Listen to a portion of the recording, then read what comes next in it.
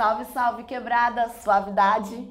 Tamo aí mais uma vez com um vídeo do canal Voz Negra e eu quero começar já falando as coisas chatas porque eu sempre esqueço no final. Segue a gente aí, se inscreve no canal, me sigam no Instagram como Yara_PR, curtam, compartilha e é isso.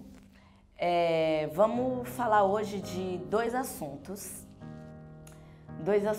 que aconteceram comigo na semana passada. Dois fatos, né, na verdade. E foi assim, eu estava lá no centro, na Roosevelt. Mas antes de falar isso, eu preciso contar uma novidade, para vocês poderem entender. Pra quem não sabe, eu sempre, desde pequenininha, tive o sonho de ser atriz e tal, toda aquela coisa. E aí eu fui crescendo, cresci, eu já sou gente grande e agora eu estou fazendo uma escola de teatro, eu tô fazendo humor. Não vou divulgar o nome porque a escola não tá com essa moral toda. Tô fazendo curso de humor numa escola de teatro lá no centro. Ponto. Começa aí.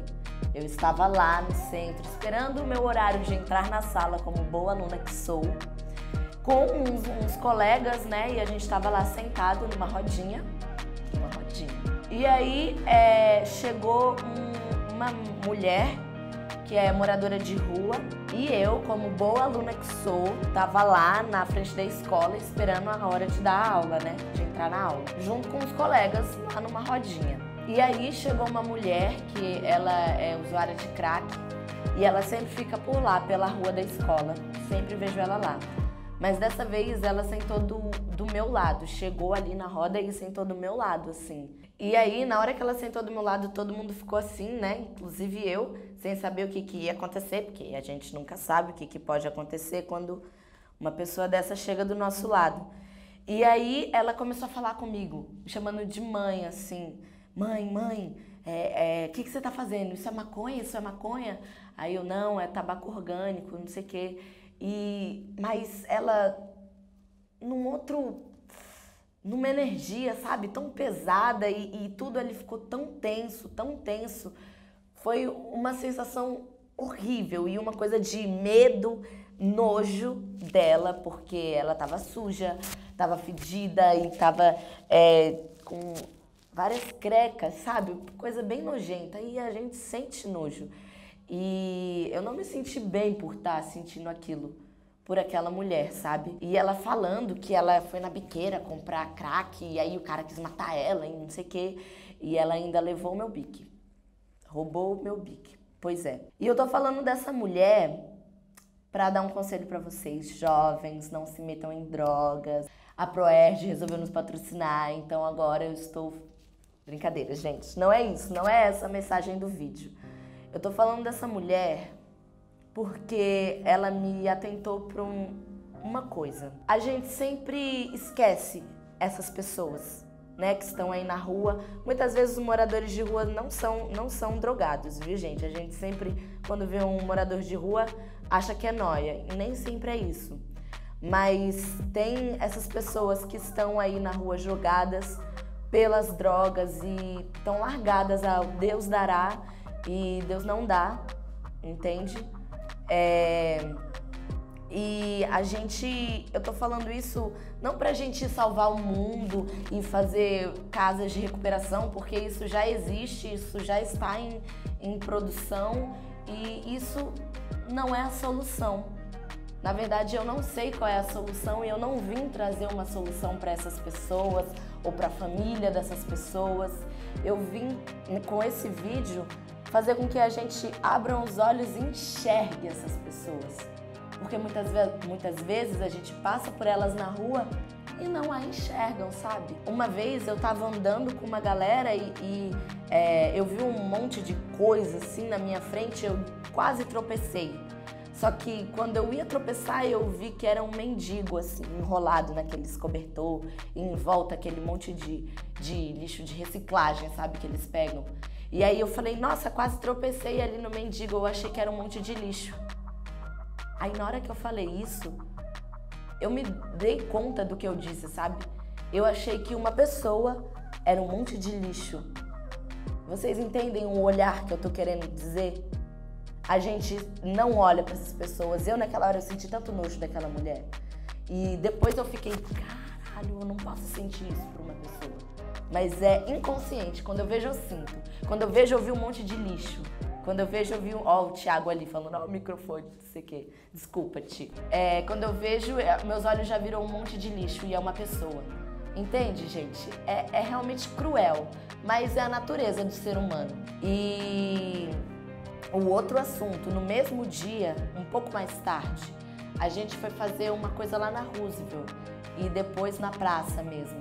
E depois a gente ia voltar para a escola.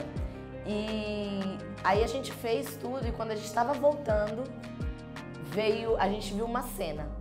Tinha um policial querendo enquadrar um homem e um menino que devia ter uns 12, 13 anos. Ambos negros, o homem e o menino. E o homem tava com uma mochila e o policial queria pegar a mochila dele, pegar no cara, né? Puxar o cara e o cara, não, você não toque em mim, não toque em mim e tal, eu vou te dar a mochila, mas não toque em mim. E o policial todo grosso, bruto, sabe? E aí naquela hora e a criança ali, né, olhando aquilo, seguindo os dois, perdida.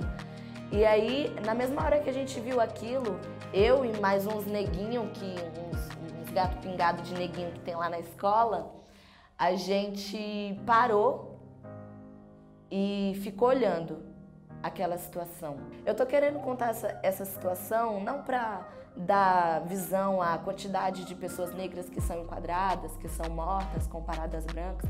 É necessário falar disso, mas não é esse o foco que eu quero trazer hoje. O que eu quero trazer hoje é justamente esse fato de que quando a gente viu aquela cena, eu e os outros pretinhos, a gente não ficou quieto, a gente não fez nada.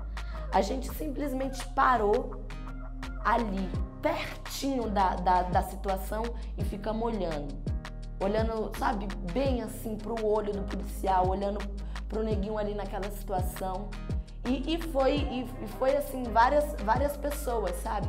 A gente não ia salvar o mundo também, a gente não ia falar pro policial parar de fazer aquilo, nem nada, porque senão a gente ia junto com o cara, né? A gente também não pode ser sem noção.